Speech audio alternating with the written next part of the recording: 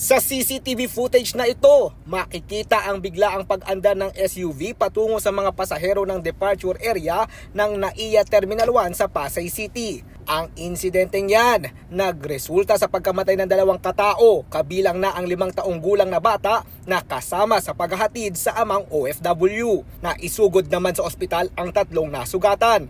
Agad namang nagtungo si Transportation Secretary Vince Dizon sa NAIA para mag-inspeksyon. At base sa inisyal na investigasyon, hindi sinadya ang pag-araro ng SUV dahil may hinatid na pasahero ang driver bago mangyari ang insidente. So right now, initially,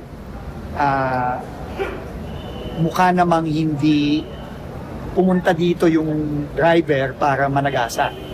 No? Hindi intentional dahil nga nakita natin na meron talaga siyang hinatid na pasahero dito sa huminto. Somewhere here. Nagpasalamat naman si Secretary Dizon sa pamunuan ng NNIC matapos mangako na sasagutin nila ang lahat ng gasusin sa mga nasawi at nasugatan. Salamat tayo sa San Miguel Corporation, kay Mr. Ramon Angal at sa kanina. Kinumit niya na lahat ng gastos ng namatayan, ng mga na-injure, sasagutin po ng San Miguel Corporation.